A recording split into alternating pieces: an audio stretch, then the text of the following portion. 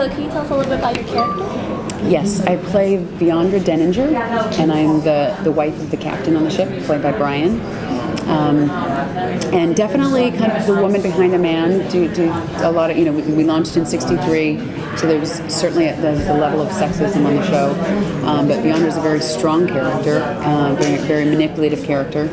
She's one that fully believes in making it to Proxima, believes in the mission, and it will do anything in her power to stay in power. They were both born on the lower decks, so there's sort of a class structure, upper deck, lower deck situation going on as well, and they have worked their way and made their way to the upper decks, to the ultimate position of power, the captain of the ship, and she wants to stay there. You've described your character as you said, beautiful, manipulative. I didn't say beautiful, but that was what they said about it. But yes, it's a given. But now, that sounds very similar to the character you played in the show that I think a few of us have heard of. Besides maybe the glowing spine, who the two do? Well, I'm human. This time, definitely, I am human. There are some parallels. Definitely different characters, but there are some parallels. She's a woman that's dealing with maybe being in a time and place where she would like to be able to do more openly. She was genetically paired with William. There is a love there. They definitely do love each other, but there's a lot of damage there as well. So the relationship is interesting for me because they are the power couple, but there's also a love-hate. There's a little bit of kind of House of Cards type relationship, a little bit of Virginia Woolf type relationship where they are working together as a partnership and a team, but there's a lot of damage. And I don't know if she thinks that he really wanted her as a wife. And they also weren't allowed to have children because they were, not everybody can have children because there has to be a certain number of deaths on the ship to be able to, not everybody can have kids because you're going to overrun the capabilities of the ship and how many people can be on it. So everybody has to have birth control implants. And every year there's a birthless ceremony, and if there's been 4 deaths on the ship, then 4 couples can attempt to have a child. And they were not ever chosen, so they never had the chance to have a child. I think our group is about 600 people, so it's essentially a small town that will never know anything else but that small town. The future generations, I mean, our generation, we were born on the ship, we don't know anything else, and we may not live long enough to make it to Proxima. The next generation will probably see Proxima, and they will be the ones to try and inhabit the planet. They kept talking about the fact that because the ship left in the 60s that everyone's kind of stuck in that time, but do you think logistically it makes sense that women wouldn't try to get women's rights again? Like even in that, because the movement was moving in the 60s, it was already moving, so why would it just stop for 50 years?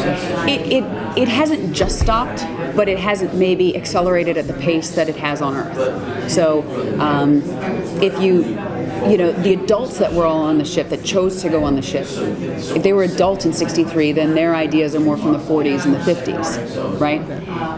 But there is I think a lot of people on the ship were progressive for that time, so there has been movement. It's not like we are stuck in the 60s, early 60s.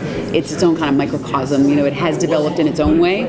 That's why we're not exactly matching everything, but there's more of a hint of it. I think it is developing, but slowly. Like Andrea's character is the doctor on the ship, so it's not that because she's a woman she can't be in that position. She's kind of the head of the psychology department and the doctors and the doctor on the ship. So it's not like every woman is at home baking cookies type thing or looking after the children, and also because there's not a lot of children, there's that need for people to necessarily, the typical roles of female and male roles, but there's more of a hint of it.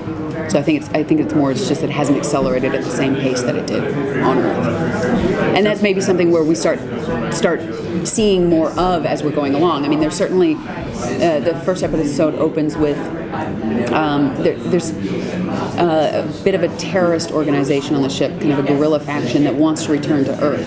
So there is the start of dissension, of people questioning. And I think as the generations go along, you start to get more questions.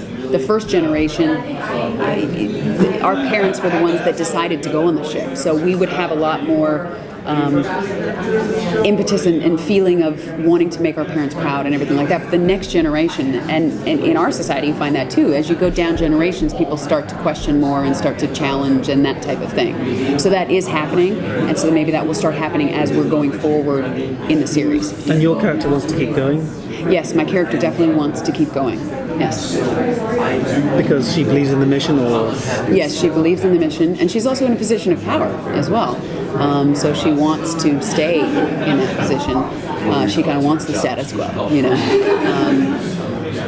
But yeah, and there's a murder on the ship as well. We open with a murder on the ship of a young woman, and that is sort of the starting point of maybe the unraveling, because there hasn't been a murder, there hasn't been any violence of that sort. A couple of pub fights, that type of thing, but nothing of that sort. And you're talking about a small town, so if something happens like that, and then there's a lot of covering up by the people in power because they don't want to have that blame, who is my next door neighbor a murderer type thing, when you can't get off the ship.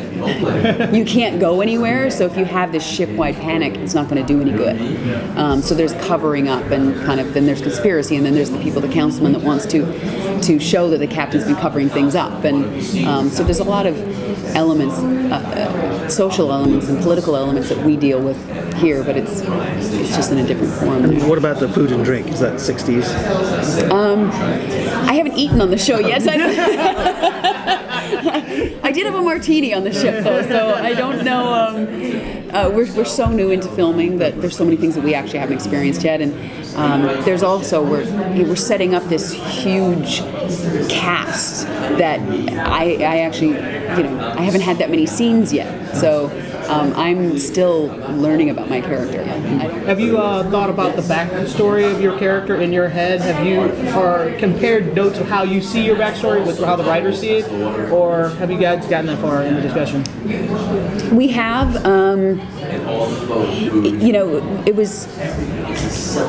There's a limited backstory, because the backstory is, of course, I've thought about my own backstory, and I have talked to Phil about it a little bit, but unlike being on Earth, where you could have kind of a multitude of backstories, it depends on what is influencing your life. There's limited on the ship influencing your life, because it's the tin can that you're in. But yeah, my backstory is definitely starting out on the lower decks and wanting to be in a position of power and making it to be in a position of power. And I think I have one line coming up in the next episode, something about I talk with my husband about, do you remember when I'm looking at the youth, and so do you remember when we were, young and I was knock-kneed and trying to get into the stewardship apprenticeship, and you were like on a fast track for navigation, and so everybody has an apprenticeship, but there's only so much, a question was asked in the panel about arts and things, and I'm sure there are, but there's also not a lot of liberties, because everybody has a job, everybody has to have a certain amount of, the ship has to function, and it's not like you can go off on vacation and go to Thailand and take a break, and so everybody has their job, and so I don't think there's as much room, and there's not resources either, so you can't really waste anything. It's not like you can decide to do